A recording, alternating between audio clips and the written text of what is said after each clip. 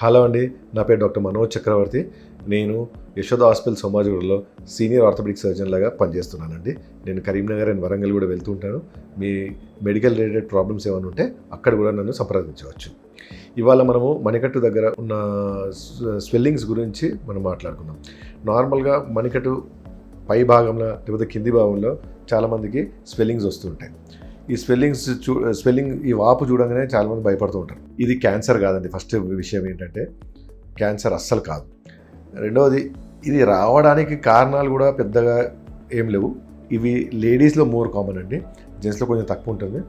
కొంచెం శరీర తత్వం బట్టి ఈ స్వెల్లింగ్స్ వస్తుంటాయండి. ఈ స్వెల్లింగ్ అనేది బోన్స్ మధ్యలో నుంచి పైకి వస్తూ ఉంటుందండి. దీన్ని గ్యాంగ్లియన్ అంటాం.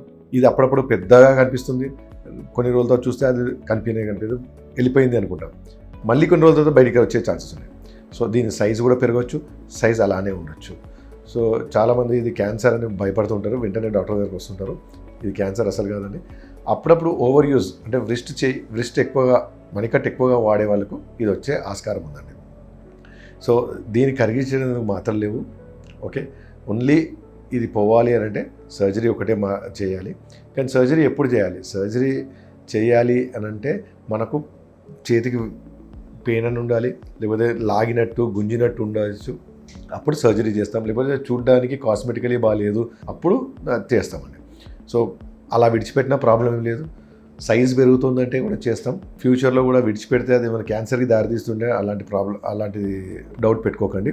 దానికి ఓన్లీ ఆపరేషన్ ఒకటే మార్గము.